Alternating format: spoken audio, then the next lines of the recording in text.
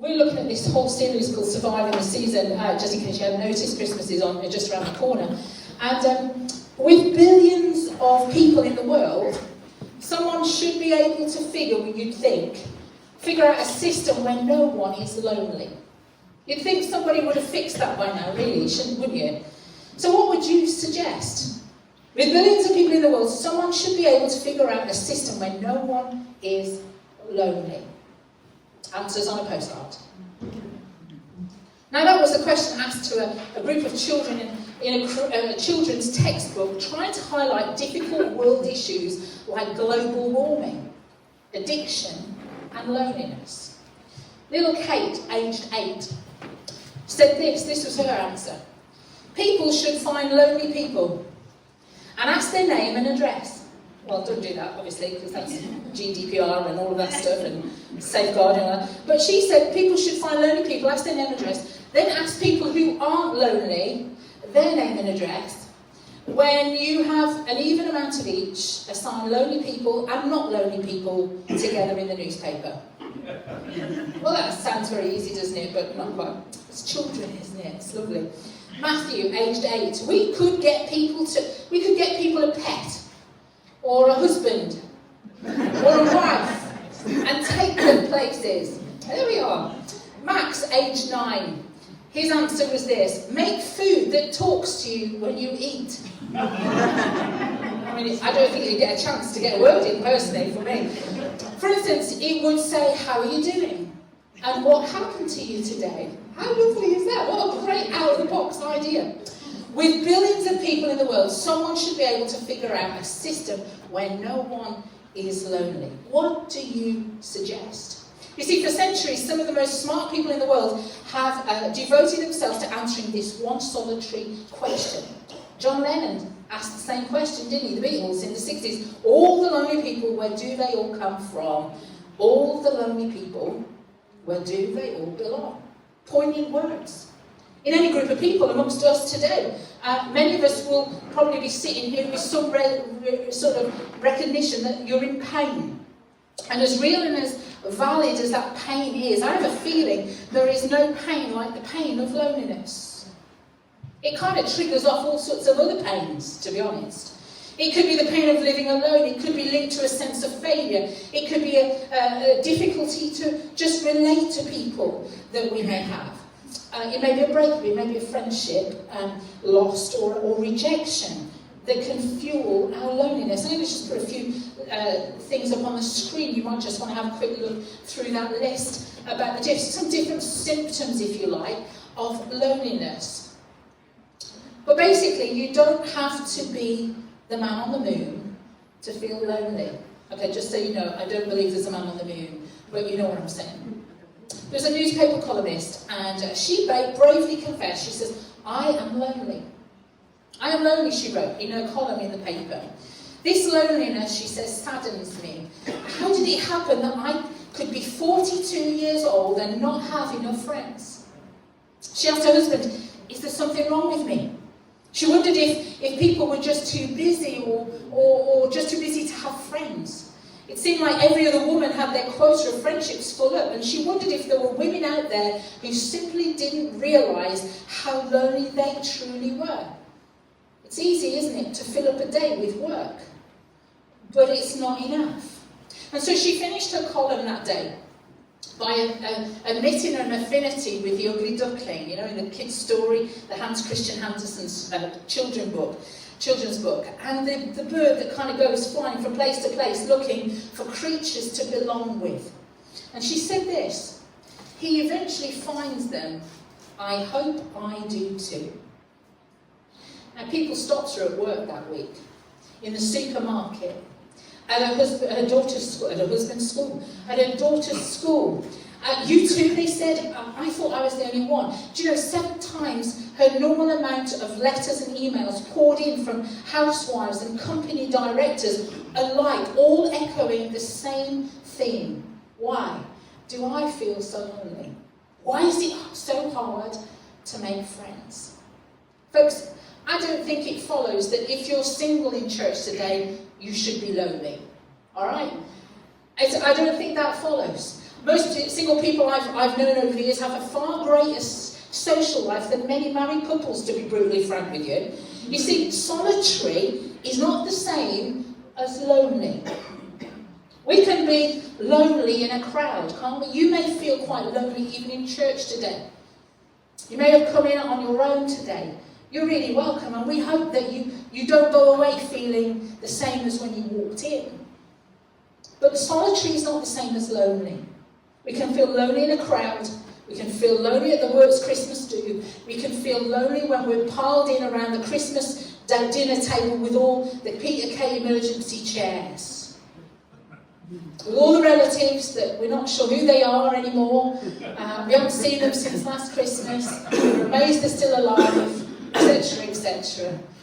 But you know, we can feel desperately lonely even in a marriage. You see, in an anonymous survey in America, 90% of men said that they lacked a true friend. In a survey very similar, that wasn't anonymous, when they had to put their name on the top of their answers, they weren't lonely anymore. Funny that, isn't it? They were self-sufficient and independent. Why? Because they felt that if they said that they were lonely, they were losers. That they were showing weakness. Folks, we all get lonely from time to time. Hands up if you've ever felt loneliness. Come on. There are moments of it. Some of us have more at different times and seasons of life. Loneliness, Mother Teresa said, is the leprosy of our modern society. And no one wants to know that they are a leper. You know, across the road from the church in Coventry, where I worked for a number of years, was a 13-storey block of flats. The council put the over 50s in it. At the time, I thought that was old. I'm thinking, man alive, I'd have a friend in there myself now. And it seemed like you had a friend for as long as you had benefits, or a gyro as it was back then, and a bottle of cheap sherry with some rotten, cheap white cider, whatever it was. And it became white lightning cider, that's what I meant. And it became known as the death block in Coventry because it had the highest rate of jumpers and suicides in the city. Why? Loneliness. Matthew 8, 1-4. Let's just read this just for a moment. Slightly off track when it comes to the Christmas story, but you hear what I'm saying. It says this: when Jesus came down from the mountainside, large crowds followed him. A man with leprosy came and knelt before him and said, "Lord, if you're willing, you can make me clean." Jesus reached out his hand and touched the man. "I am willing," he said, "be clean." And immediately he was cleansed of all his leprosy. And Jesus said to him, "See that you don't tell anyone, but go and show yourself to the priest and offer the gift Moses had commanded as a testament to them." It's just what they had to do back then in their day. Okay, so let me kind of read a little bit of a passage that a guy called Max Lucado writes on this man. He expresses how this man may have felt. A leper. "For 5 years, no one touched me. No one. Not one person. Not my wife, not my child, not my friends. No one touched me. They saw me. They spoke to me. I sensed their love in their voices. I saw their concern in their eyes, but I didn't feel their touch. There was no touch. Not one. Not one touched me. What is common to you," he says, "I coveted. Handshakes, warm embraces, a tap on the shoulder to get my attention, a kiss on the lips to steal a heart. Such moments were taken from my world. No one touched me. No one bumped into me. What I would have done to be bumped into, to be caught in a crowd, for my shoulder to brush against another's. But for 5 years, it has not happened. How could it? I wasn't allowed on the streets. Even the rabbis, the teachers of the law, the religious, kept their distance from me. I wasn't permitted even in my synagogue, but not even welcome in my own home. I was untouchable. I was a leper, and no one touched me until today." Wow. You You see, people don't need to physically have leprosy to feel quarantined, separated in our culture, do they? If you've gone through a divorce, you'll know that feeling. If you're living with disability, you'll maybe know that feeling. As you age, you may at times feel that feeling more. The unemployed, the less educated, single parents, depressed, the elderly, the addict, the prisoner, and the rest of us, let's face it, we do all we can to stay away from this thing called loneliness that we have all actually felt throughout our lives from time to time. It's a fact of life. For as long as we are flesh and blood, we will all struggle with it for some point in our lives. But we don't have to be sat or steeped in loneliness or overwhelmed by it. God is with us. Emmanuel. God with us. You know, over the coming weeks, we're going to brave Christmas shopping queues. We're going to hurry around shops, trying to find the right gifts for people. We'll walk past hundreds of people every day with no connection. Other than perhaps to be asked whether we want a bag. Can you swipe your card, or could you put your PIN number in? It don't work. That's always the worst, isn't it? It's so embarrassing. And you know, we sign apparently fewer petitions. We belong to fewer organisations that meet in person. We know our neighbours less. We meet our friends less, and we socialise with our families less than ever before. We go bowling alone, we play online gaming alone, we watch TV alone, we go to movies alone, we eat. I must admit though, I used to love going to the movies on a Friday on my day off. Mark will tell you, when we were dating, it was a nightmare, because you'd walk about 20 steps through Coventry and people would stop you. And it's like, when it was the early days and you didn't want anybody to know it was a killer. And it was so embarrassing. So I used to go to the movies on my own at 11 o'clock on a Friday morning. I'd love it. There was just me and about three other odd people that like being alone. It was just great. So there's times when I understand that we want to be alone. But yeah, people go to the movies alone, and we eat alone, we work remotely alone, we study alone, we work out alone, or some of you might spend free time alone, think alone, hurt alone, suffer alone, and eventually we wake up one morning thinking, how on earth did we get here? Folks, we need to connect. For some of us it's harder than others, but God has made us this way. From creation to Bethlehem's cradle, from the cross to life as we know it in 2024, God's answer to loneliness. God did something about it. He came with an invitation of love and to be loved. Relationship, family. His very name, Jesus, Emmanuel, God is with you, us. It's in our DNA, folks, isn't it, to need relationships. God made us community with Him and each other. Loneliness was never part of His plan. We need each other. We need relationships. People need to fall in love. People need to build great, strong friendship. Even if I think they say, if you've got 7 good friends, you're in the minority. You've got a good handful of people around you. Most people don't have more than that. We need to be cared for. We need to feel cared for, especially when we're unwell. We need to hear kind words of encouragement and affection. It's how we're wired, folks. You know, folks, people who love their neighbours, I'm told, as Jesus commands us to in Matthew 22, they rarely struggle with long-term loneliness. It flies in and it passes. They're people who work hard at understanding and accepting other people the way they are. They forgive quickly. They share their lives with people that they trust. They're the kind of people who value relationships over even career and money and personal accomplishment. They're the kind of people who are never completely isolated or acutely lonely, unconnected with no deep friendships or meaning in life. So, how do we overcome our moments of loneliness? We need to connect. And I believe as a Christian we need to in fact, I don't believe as a Christian, I believe that people need to connect first of all with God, and all the other things fall into place. King David wasn't immune to loneliness. In Psalm 30, in Psalm 56, he said, "My slanderers are pursuing me all day long. So I'm on my Todd, I'm cornered, I'm backed into a corner. When I'm afraid, I will trust in you, God. In God, whose word I praise, in God I trust. I will not be afraid. What can mortal man do to me?" he says. His confidence, even in the moments of loneliness, are in God. I have a God who stood at his right hand and gave him courage and companionship even when he felt that he was him against the world. That's what superseded his thinking in every situation. He trusted in the nearness of God when he felt isolated.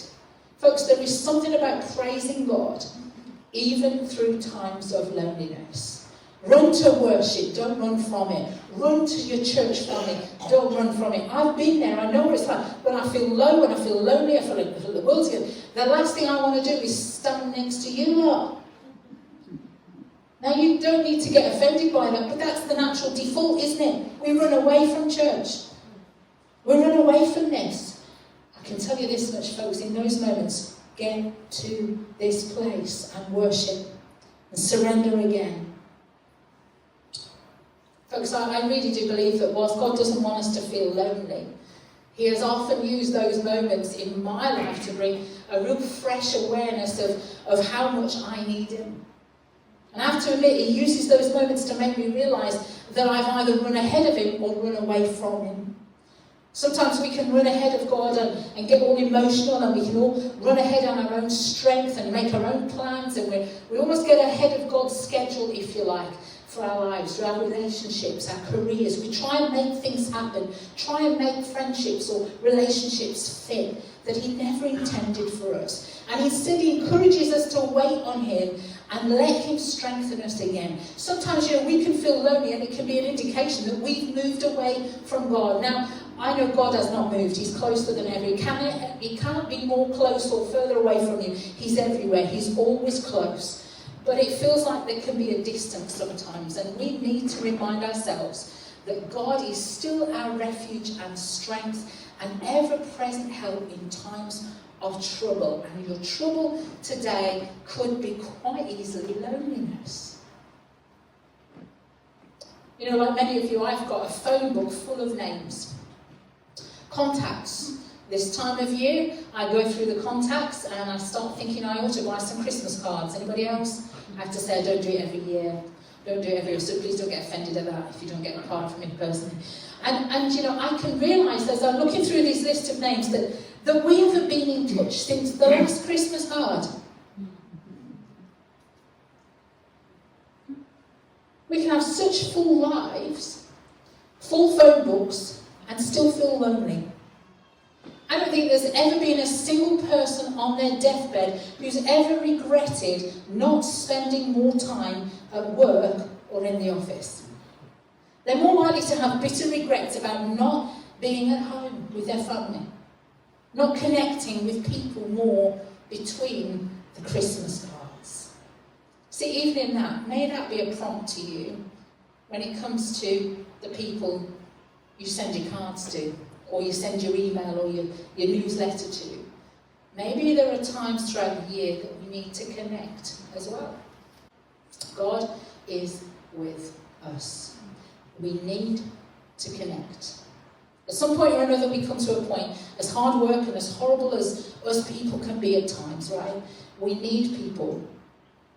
No matter what they look like, no matter what they do to us at times. Friends who we can have a laugh with, friends who poke fun at us, people who cry with us, people who fight and dance and live and love life with us, people who will grow old with us. It's these kind of people who have incredible lives because they put themselves out there and they connect no matter what. There was a study that tracked the lives of 7,000 people, and they found that the most isolated people were 3 times more likely to die than those with strong relational connections. Correct me if I'm wrong, all the medics in the house. Isolation did not help with getting well. People who had a bad health habit, people who had bad health habits but strong social ties live longer than people who had great healthy lifestyles but were isolated. Shall I say that one more time? People who had bad health habits but strong friendships, strong social ties, lived longer than people who had great healthy lifestyles but were isolated. Hallelujah, there's hope for us all. I've said it before, I'm going to say it again. It's better to eat Pringles with good friends than eat broccoli alone. Another study showed that 276 volunteers were injected with the common cold virus. I don't know why they do that, but nonetheless, it's a test and a trial, I suppose.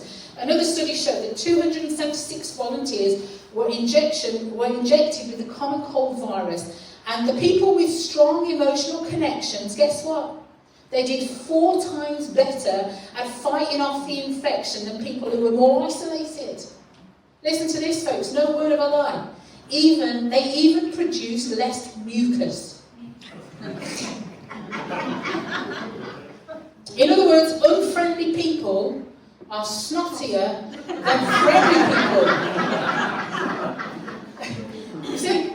We're getting busier than ever, folks, and yet we're doing less together all the time. For many years, I was on a forum for a rough inner city estate in Coventry, and it was a nightmare to try and get people to connect. People just scurried into their houses and stayed there. They didn't come out.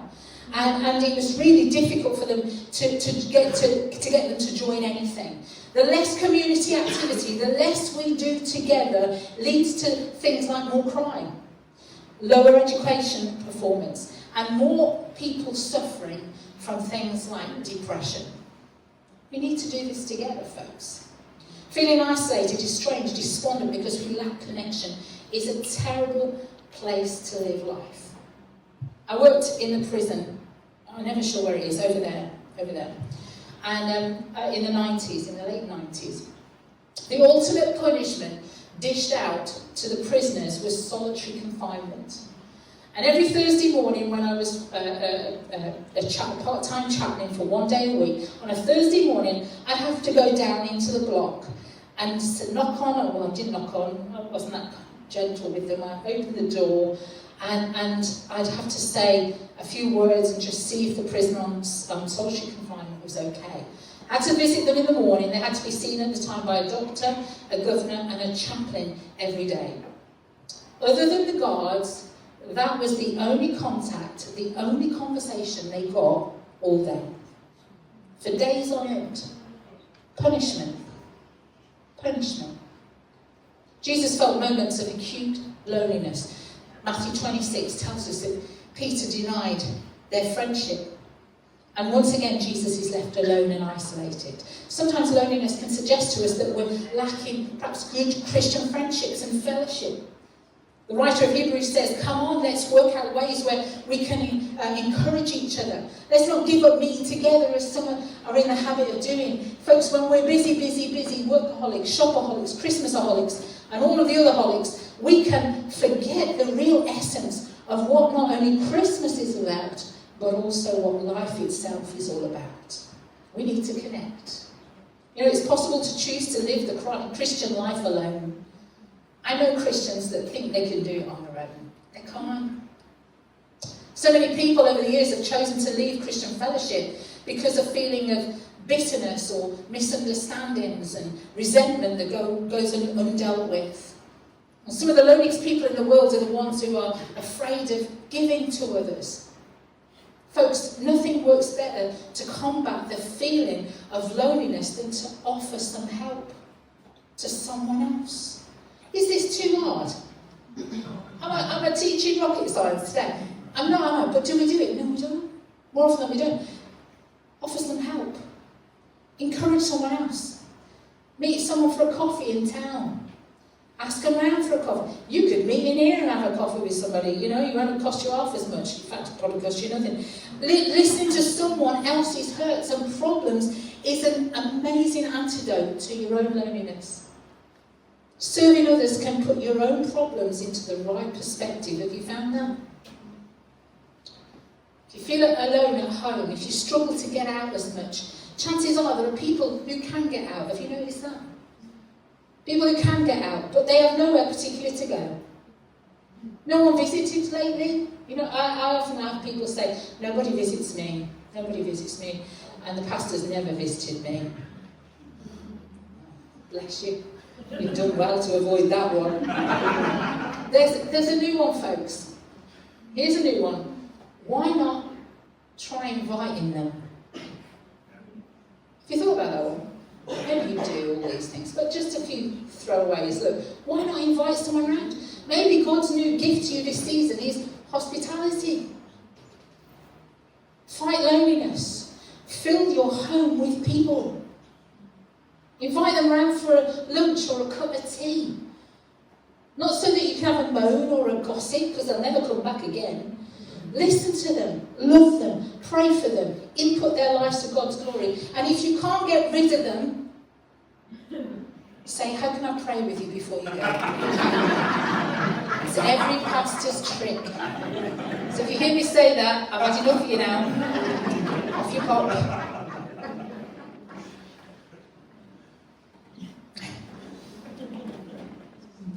More importantly, focusing our attention on God's goodness to us makes it really harder for us to feel sorry for ourselves. Have you noticed that? You know, we need to remind ourselves, folks, this Christmas time that there are practical things we can do to help one another. You know, we all look pretty good here today, don't we? Who looks lonely to you? I have no idea. We're very good at hiding it, aren't we, when we're in this situation? We really are. We need to remind ourselves that there are things that we can do, simple things, that don't take loads of time, that will encourage someone who will we can start to chip away the loneliness that people carry. Who do we need to invite around for coffee? Who do we need to say, shall we meet in town for a brew? Who do we need to invite around for Christmas lunch? I don't know. So when it comes to loneliness, in a nutshell, here's what I've said. I've taken too long to say it. Number one, God knows how you feel. He understands. Jesus knew what it was to be alone. Abandoned, deserted. A couple of slides forward, please, guys. Knows what it is to be alone. Abandoned, deserted by his pals. The people who loved him one day and shouting, Hosanna to the King of David. Now they're shouting, crucify him. The most gut-wrenching cry of loneliness in all of history didn't come from a prisoner or a widow or a patient. It came from a cross, folks. My God, why have you abandoned me? Words of hurt, loneliness and despair. And again, he knows our pain, our isolations, and he's there with us. You're not alone as alone as you think you are. Secondly, God is there. He's with you. Jehovah Shammah, the Lord is there. He is everywhere, and he chooses to be with you wherever you are. You may not see him, you may not feel him, but standing beside you at every moment is your loving Heavenly Father. He can get no closer. He's as close as breath. He's here, he's always here. Never will I leave you or forsake you, he says. I will not walk out on you. Jesus, Emmanuel, God with us. Thirdly, he's placed you in a family, an earthly family, whatever that may look like. A heavenly family. A church family. God's family. And he's given you an incredible purpose. And fourthly, sometimes we need to put the pride away and accept love and support. There are times when we all need to give, but there are times when we need to receive. There are promises for you in his word. Please keep eating of his word. His spirit is with you, and you are part of his family, his church. Folks, let's stay connected. Let's get reconnected if we need to. Let's receive care. Let's give care.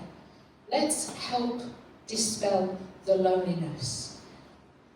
It's not just simply loneliness avoidance or networking for emotional support, just telling everybody your woes and then throwing up all over them and moving on. That's not what it's about. God made you for communion with him and with each other. We can do this better, folks. As we come around communion this morning, we'll remind ourselves of the fact that God has made us for community with him, a community in union with him, Father, Son and Spirit. He includes us in community, a community in unity with one another.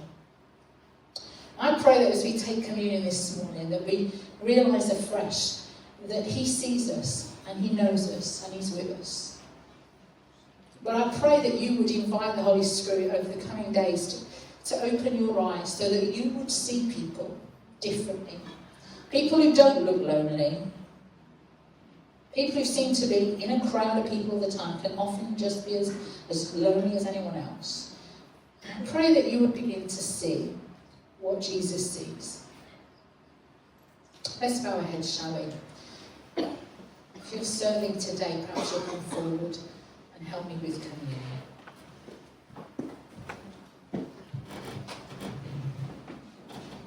Father, we're conscious this morning that every person that we meet, every moment of our lives is an opportunity to extend your community, to stamp out this leprosy of loneliness. With billions of people in the world, someone should create a system where no one is lonely. Father God, I thank you that you did.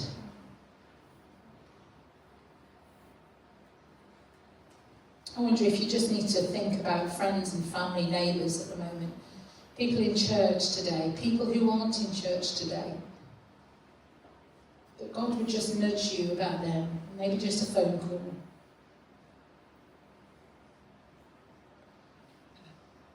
Maybe we just need to ask God to show us who's wearing a mask that hides some loneliness. Maybe you feel lonely today. Crowded with people, work, issues, stuff.